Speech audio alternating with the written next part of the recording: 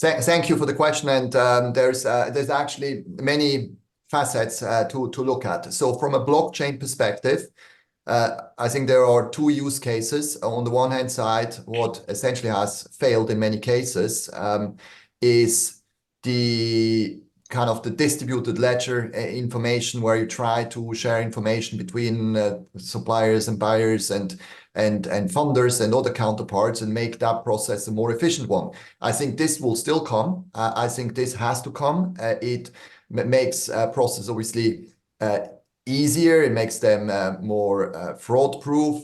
It creates transparency. So that's great. But it is maybe not a big enough, and quick enough opportunity to implement overnight. Where you will have the second use case in blockchain is the tokenization. And I think the tokenization really immediately makes, for parties that embrace it, makes immediate sense.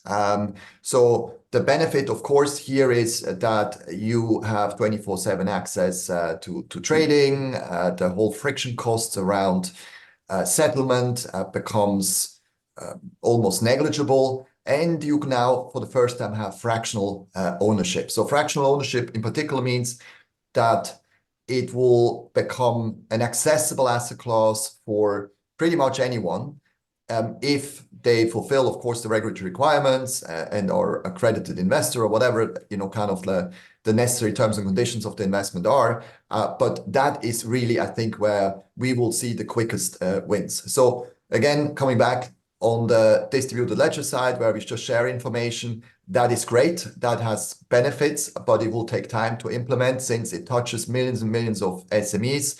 And until all of them have defined the standard and the way to interact efficiently, there will still be some time that will pass. And on the other hand side, I think the tokenization will work very quickly and can make a massive impact. Then, yes, go ahead. Sorry. So the other aspect in general, and I think that was in your question as well, is why is trade finance not easily accessible by anyone, essentially, whether on chain or off chain? Why is it so hard for investors to get access to it? And here the reasons are really three aspects. It's the workflow. It's usually operationally quite intense. You can very quickly make mistakes. These are all underlying instruments in trade finance that are super granular, very short tenor. They never really pay on time. Sometimes they pay partial, sometimes they pay in bulk. So there is complexity, and workflow doing that in a manual, more traditional way is just not really working. The allocation, that's another part. So it's very hard from one source to create an investment that also then has full utilization. So meaning if I want to deploy 10 million into trade finance and I just go to one corporate, there is no guarantee that that corporate actually needs trade finance in 10 million for the next 2 years. So I need diversification, and I need to have the ability now to source from multiple parties. That drives up the utilization, that drives up the diversification. It also drives up the yield. And then lastly, it's the way how I package the whole thing.